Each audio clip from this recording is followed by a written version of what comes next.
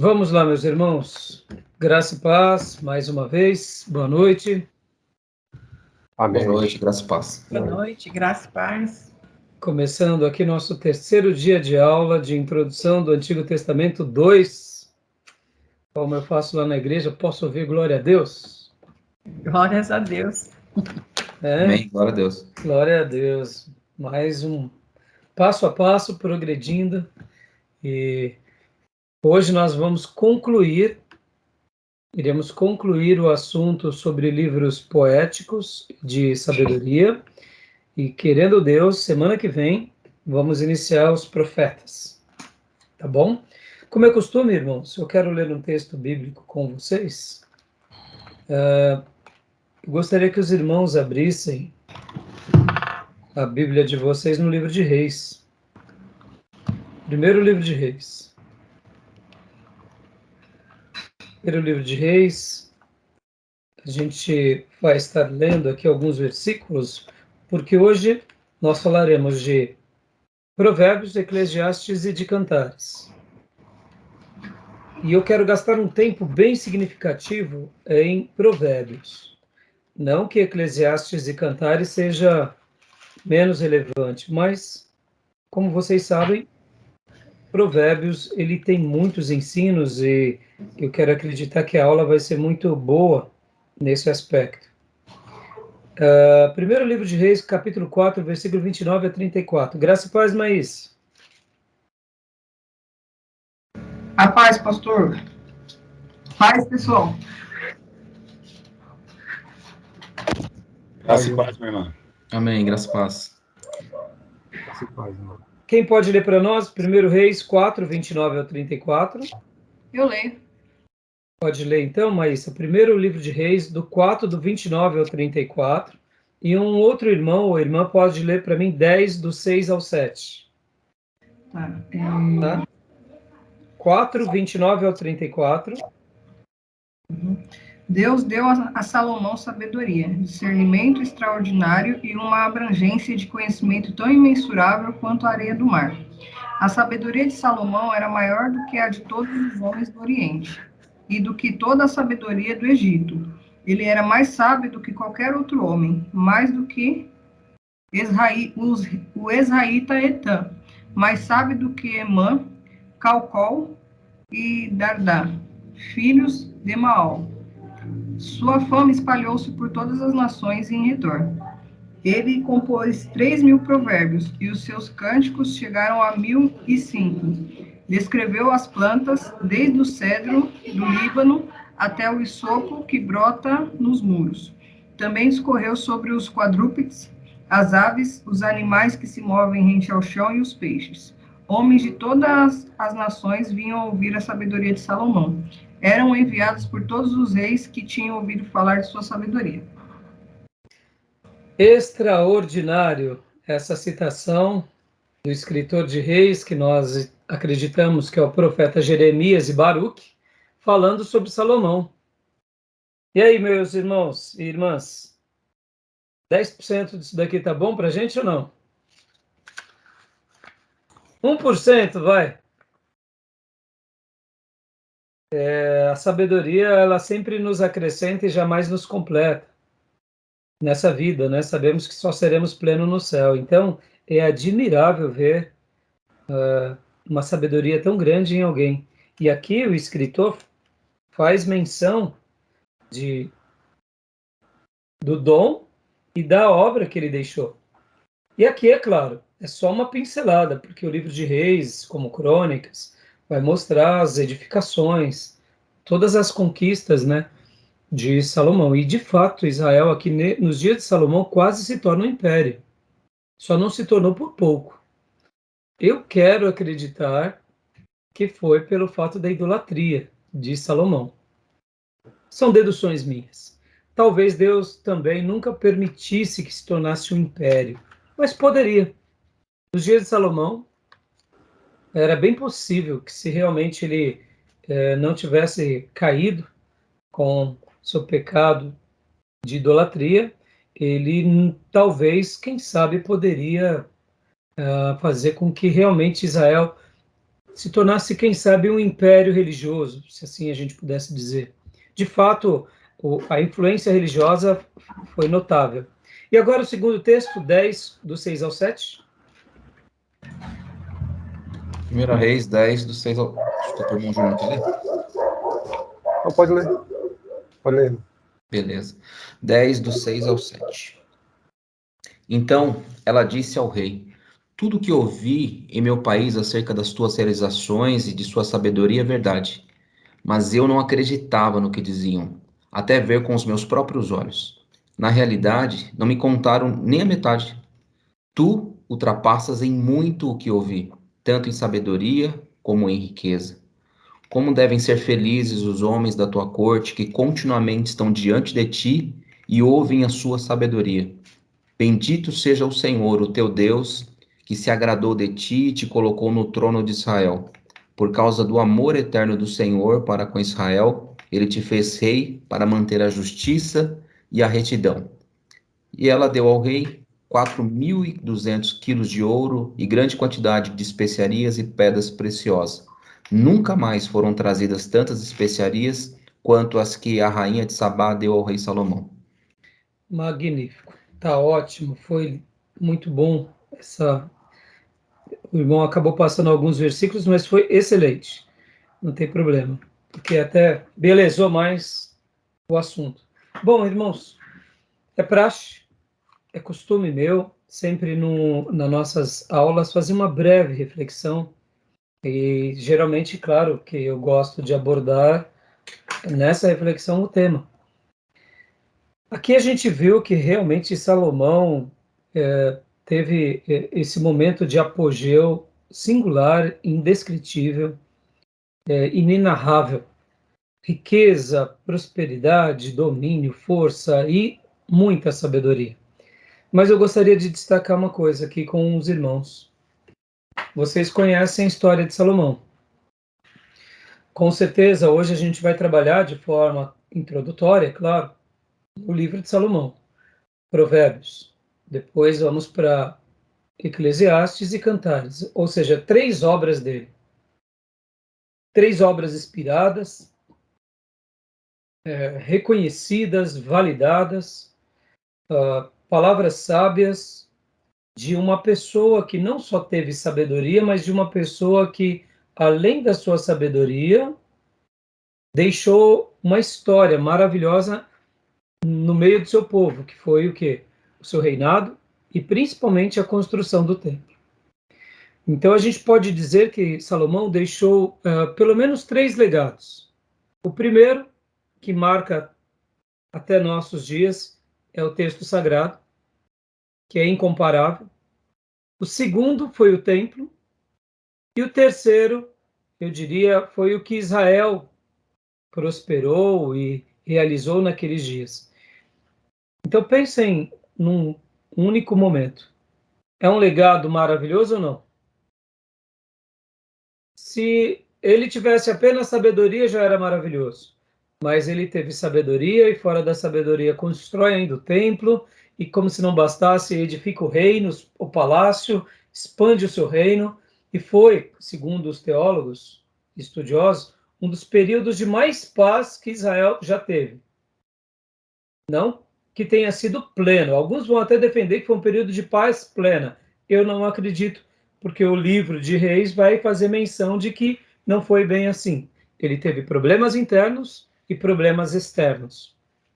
No entanto, mesmo com os problemas, ainda ele teve muito êxito. Agora eu quero dizer para vocês, esse legado foi marcante, não foi? Foi. Mas conhecendo a história de Salomão no livro de Reis, a sabedoria que ele tinha não livrou ele do pecado. E quais foram os pecados que Salomão cometeu? Idolatria. Eu ia falar. Ele Idolatria. se misturou com outros povos, né? Misturou com outros povos. Uma das nossas obras que hoje nós estaremos lendo, eu estarei até replicando aqui na tela, lembrando a todos os irmãos que as nossas aulas são gravadas, né? Salomão, ele praticou aquilo que nós temos hoje como nome de ecumenismo. Ele cresceu tanto, ele teve um relacionamento tão harmonioso com as demais nações, que ele também começou a agradar as demais nações a partir da opinião das suas próprias esposas, e começou então a construir o quê? Construir altares de idolatria, e Deus se indignou contra ele. E Deus se irou contra Salomão. Olha como é forte isso. O que eu quero dizer hoje aqui, irmãos? A sabedoria ela é maravilhosa. A prosperidade ela é maravilhosa. Mas se de fato a gente não conservar a nossa unção diante de Deus e o temor, a sabedoria e a prosperidade não nos livrará da queda. E eu gostaria de fazer um paralelo agora com Salomão, com o próprio Jeremias, que foi o oposto de prosperidade de Salomão. Quem foi Jeremias, o escritor do livro? Profeta. Um profeta errante para muitos em Israel. Um profeta mal visto, um profeta que não era tão bem quisto, mas Jeremias teve uma vida no começo, no meio e no final magnífica diante de Deus. Aí eu digo, ele era tão sábio que nem Salomão? Não. Ele tinha realizado tantas obras quanto Salomão? Não. Ele edificou um reino como Salomão? Não. Mas ele se manteve diante de Deus naquilo que nós chamamos no vínculo do Espírito. Então, o que eu queria deixar aqui como uma palavra inicial para vocês? Busquem sim sabedoria. Busquem sim conhecimento. Deixem Deus dilatar o cérebro dos irmãos, a razão. Aprendam tudo o que vocês puderem, mas jamais percam a comunhão com o Espírito Santo. Jamais percam a unção, porque no dia que a gente perder a unção, a sabedoria não vai nos sustentar nos caminhos de Deus. Pelo contrário, a própria sabedoria poderá ser um engodo que nos levará a viver o dilema de Salomão. Estou falando isso para seminaristas, porque nós estamos aqui aprendendo a amar a Deus com a nossa mente, mas nós não estamos imunes ao quê? Ao mesmo erro de Salomão. Se Salomão, com toda a sabedoria dele, criou altares horrorosos, criou ídolos que Deus se enojou, imagine nós, que não temos, eu diria, 10% da sabedoria de Salomão. E o que livrou o profeta Jeremias de ter criado esses postes ídolos? É simples. A unção, o temor, o vínculo com o Espírito Santo. Então, se a gente pudesse aqui dizer, sem medo de errar, entre uma vida de unção e uma vida de sabedoria, nunca despreze a unção. Porque a unção te aproximará de Deus. E a sabedoria pode ser um engodo. Agora, é claro que Deus não quer que a gente também pratique aqui uma rejeição à razão. E nem ache que o conhecimento ele vai ser inimigo de Deus. Não, não é isso. Podem ver que Abraão era sábio, Jó também foi sábio, Moisés foi sábio, o próprio apóstolo Paulo, um homem muito sábio. A Bíblia vai mencionar de homens muito sábios.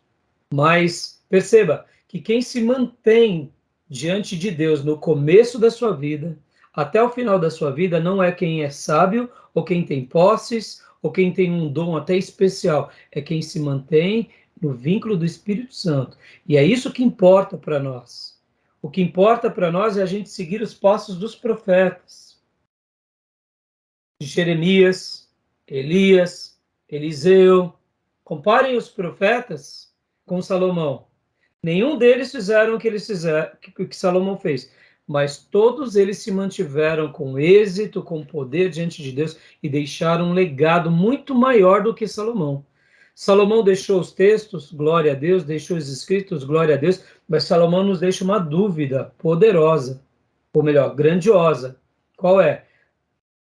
A Bíblia não comenta direito sobre o retorno de Salomão aos caminhos de Deus. Nós acreditamos que sim, porque temos o livro de Eclesiastes, hoje a gente vai trabalhar.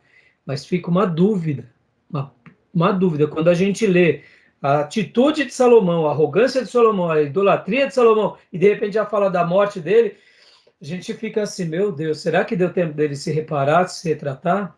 E aqui eu quero, aqui para vocês que são teólogos, tá? Deixar uma lição de casa para vocês estarem refletindo. Ele cria vários postes ídolos e ele não destrói. Ai, pastor. Ele não destrói. Esses postes ídolos ele edifica em Jerusalém e em todo Israel. E depois, a Bíblia não menciona que ele destrói. E aí? E aí fica essas incógnitas no nosso coração. Eu quero acreditar que ele se retrata diante de Deus, e a prova disso é o livro de Eclesiastes. No entanto, eu particularmente me sentiria muito mais tranquilo e feliz se ele praticasse aquilo que, por exemplo, Gideão fez: destruir o poste ídolo na casa do seu pai. Lembram disso? Gideão vai lá e destrói, tanto é que chamado é dado até o nome para Gideão, né? Se não me falha a memória, Jerubaal. Baal.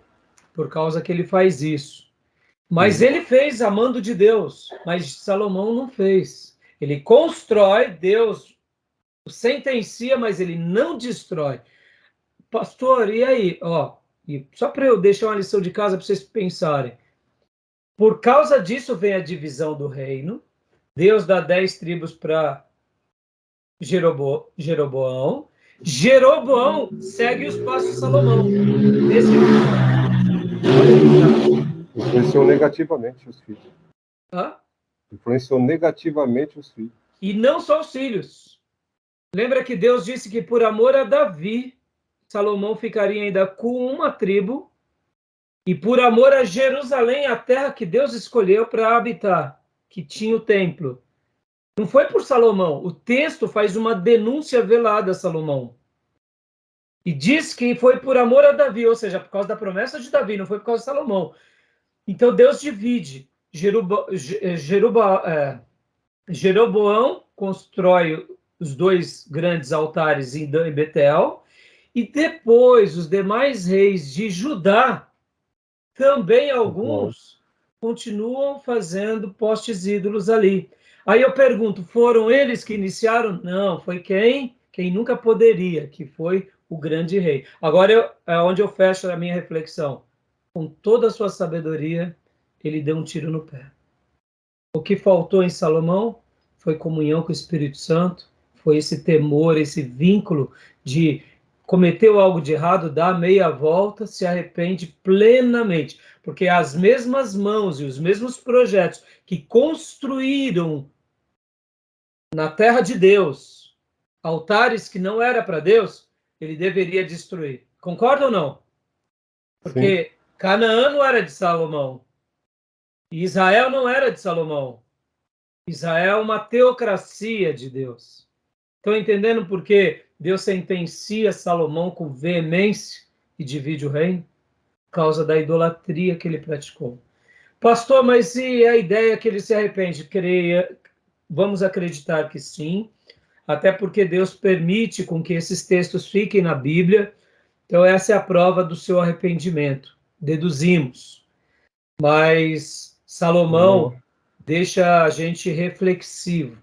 Então, busque sim sabedoria, busque sim conhecimento, mas jamais perca o temor e jamais perca a unção. Os profetas não eram tão sábios quanto Salomão, mas nunca perderam o vínculo com o Espírito Santo. Tá bom? Deixa essa reflexão.